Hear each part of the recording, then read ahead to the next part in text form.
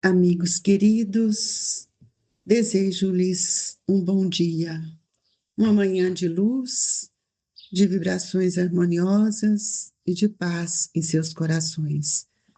Vamos dar continuidade ao Evangelho no capítulo 16, não se pode servir a Deus e a Mamon, hoje lendo o item 9, Instruções dos Espíritos à Verdadeira Propriedade. O homem só possui em plena propriedade aquilo que lhe é dado levar deste mundo, do que encontra ao chegar e deixa ao partir, goza ele enquanto ali permanece. Forçado, porém, que abandonar tudo isso, não tem das suas riquezas a posse real, mas simplesmente o usufruto. Que é então que ele possui? Nada do que é de uso do corpo, tudo o que é de uso da alma, a inteligência, os conhecimentos, as qualidades morais. Isso é o que ele traz e leva consigo, o que ninguém lhe pode arrebatar, o que lhe será de muito mais utilidade no outro mundo do que neste. Depende dele ser mais rico ao partir do que ao chegar, visto como do que tiver adquirido em bem. Resultará a sua posição futura. Quando alguém vai a um país distante, constitui a sua bagagem de objetos utilizáveis nesse país. Não se preocupa com os que ali seriam inúteis. Procedeis do mesmo modo com relação à vida futura. Aprovisionai-vos de tudo o que de lá vos possa servir. Ao viajante que chega ao albergue, bom alojamento é dado, se o pode pagar. A outro de parcos recursos toca o menos agradável. Quanto ao que nada tenha de seu, vai dormir numa enxerga. O mesmo sucede ao homem à sua chegada no mundo dos espíritos. Depende dos seus haveres o lugar para onde vá. Não será, todavia, com seu ouro que ele o pagará. Ninguém lhe perguntará quanto tinhas na terra, que posição ocupavas, era príncipe ou operário. Perguntar-lhe-ão o que fazes contigo, que trazes contigo. Não se lhe avaliarão os bens, nem os títulos, mas as somas das virtudes que possua. Ora, sob esse aspecto, pode o operário ser mais rico que o príncipe. Em vão alegará que antes de partir da terra, pagou o peso do ouro e sua entrada no outro mundo. Responder-lhe-ão, os lugares aqui não se compram, conquistam-se por meio da prática do bem. Com a moeda terrestre, has podido comprar campos, casas, palácios, aqui tudo se paga com as qualidades da alma. És rico dessas qualidades? Ser bem-vindo e vai para um dos lugares da primeira categoria, onde se esperam todas as aventuras. És pobre delas? Vai para um dos da última, onde será tratado de acordo com os teus haveres. Pascal, Genebra, 1860. Senhor Jesus, bom e amado Mestre, nesta manhã de luz, cheias de esperanças para todos nós, nós te rogamos, Senhor, o amparo, ampliando o nosso pensamento em relação à vida, mudando-nos o nosso olhar em relação às conquistas. Dai-nos força, coragem, bom ânimo, Jesus. Que a misericórdia excelsa do seu amor se estabeleça dentro de nós, a vontade de crescer, de amar e de servir. Que a sua bondade motive-nos a construir um mundo íntimo melhor. Que assim seja. Queridos amigos, nós estamos vivendo no mundo em busca de novas experiências espirituais e não em busca de experiências humanas. Os Espíritos nos trazem nessa manhã algumas orientações, instruções sobre a verdadeira propriedade. Qual é a propriedade que nós queremos buscar? Nós temos a propriedade material, que é a do mundo, e temos a propriedade espiritual, que é a conquista do espírito. Nossas lutas são caminhos redentores para todos nós, que precisamos reconhecer as oportunidades que temos para desenvolver nossa inteligência, para desenvolver nossos sentimentos, transformando-os cada dia mais, num amplexo de luz, de compreensão e de respeito ao nosso próximo. E aqui nós temos alguns exemplos sobre uma viagem que nós vamos fazer. Que viagem é essa que nós estamos fazendo? Você já analisou isso, amigo? Que viagem você tem feito? O que você está esperando essa viagem? Quais são as suas conquistas? E quais são os propósitos que o fez viajar? O que você leva e o que você trouxe? Então, é preciso saber que o que estamos fazendo. Se nós temos oportunidade para fazer o bem, quanto mais fizermos, mais seremos agraciados com o resultado das conquistas espirituais. Se nós vamos fazer uma viagem hoje, nós vamos nos hospedar no hospital de luxo, se pudermos, no hotel de luxo, se pudermos. Nós podemos hospedar num hotel comum, num bom apartamento, mas, se não pudermos, vamos para os albergues, vamos para as pensões, ou então vamos para as enxergas, onde nós somos acolhidos. Isso depende da nossa escolha. Não é uma escolha que eu quero, é o que eu posso, o que devo, o que conquistei. Assim é a reencarnação. O que nós viemos fazer aqui? Quais são os recursos que trouxemos? E se nós não sabemos quais são os nossos recursos, basta que a gente olhe para dentro de nós.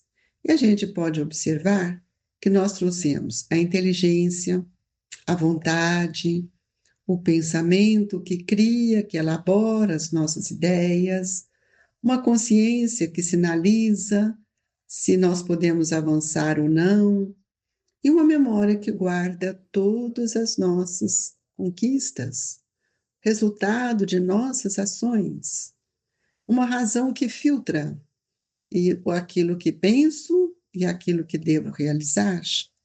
Então, cada um precisa saber quais são as suas possibilidades. No mundo espiritual, nada diferente. Nós estamos voltando para a nossa pátria maior. A Terra é apenas uma representação. A Terra é apenas aquele expoente que nós ambiciávamos aqui estar, retornando para melhorar.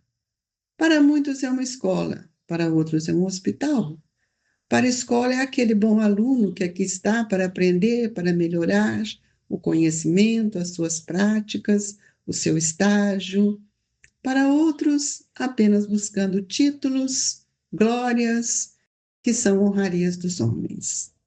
Outros buscando um hospital para curar as chagas que estão na sua alma, no seu perispírito.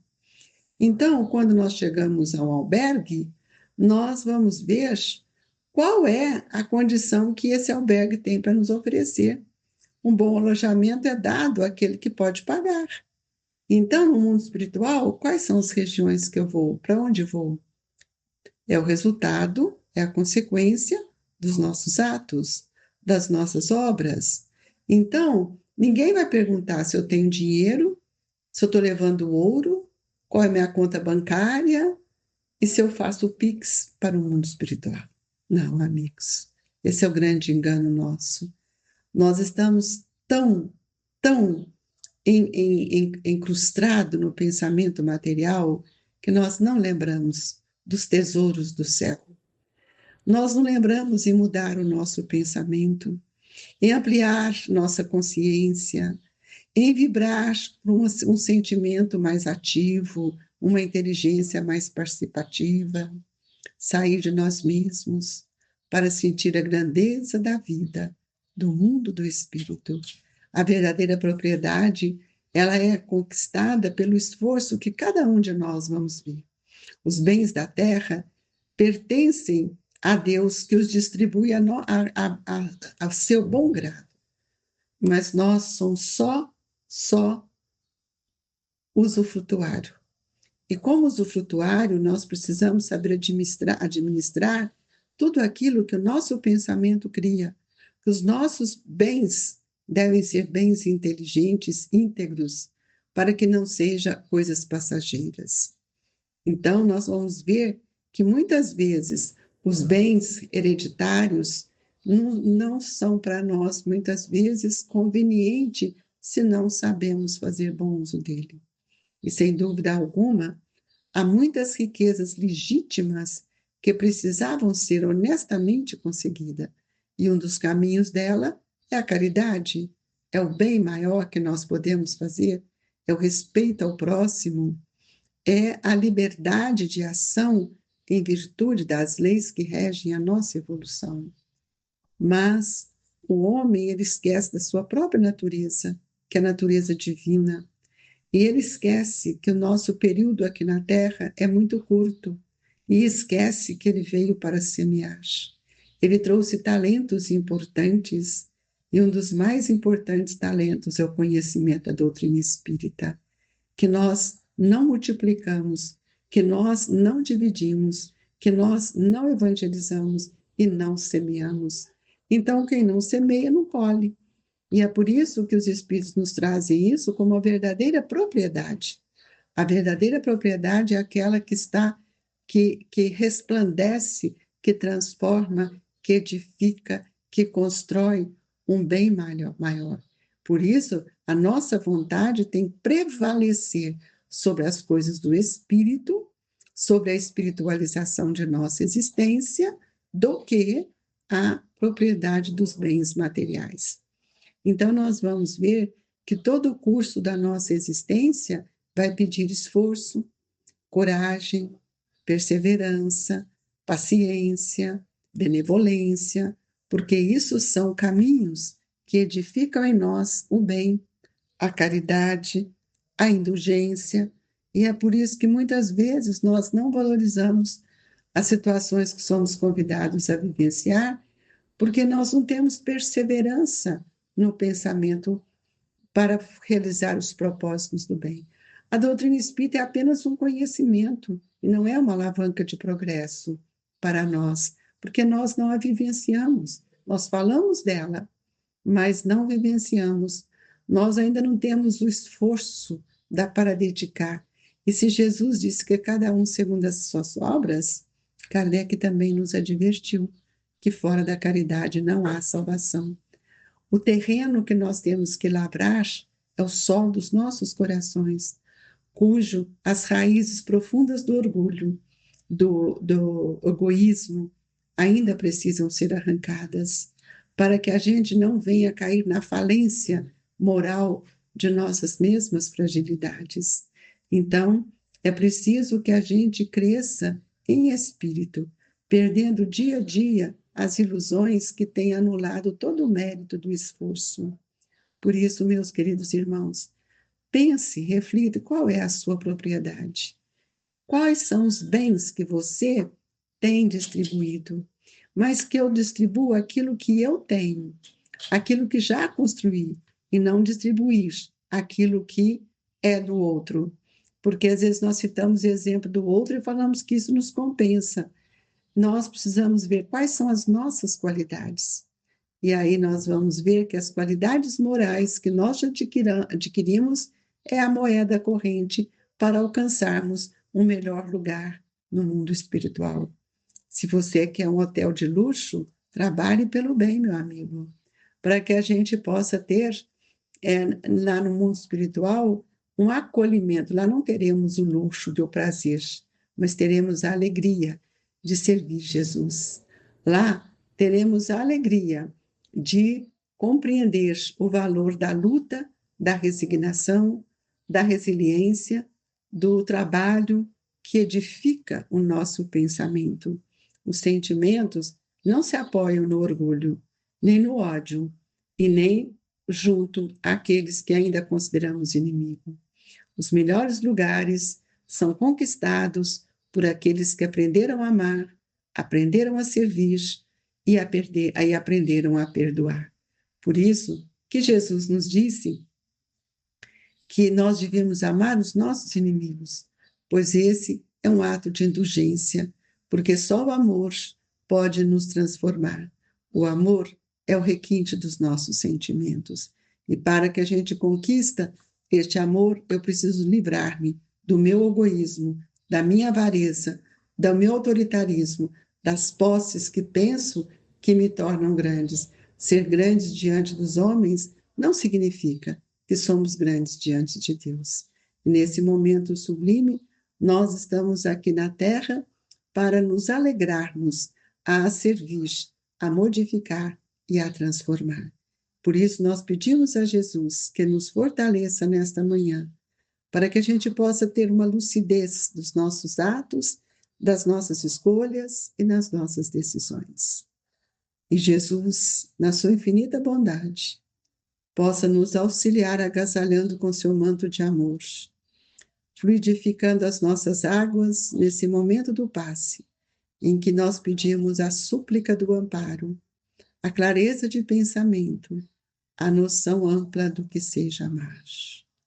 Que nesse momento cada um possa fazer as suas rogativas e os seus agradecimentos. E que a espiritualidade maior olhe por todos os nossos, que as vibrações alcancem os lares dos nossos familiares, dos nossos irmãos enfermos e de todos. Que ora nossa mente entra em sintonia. Muito obrigado, Jesus. Que a paz augusta do seu Evangelho, desse luzeiro divino, ilumine os nossos passos. Deixo no coração de todos o abraço fraterno do Grupo Espírita Esperança e Caridade. Fiquem com Deus, que assim seja.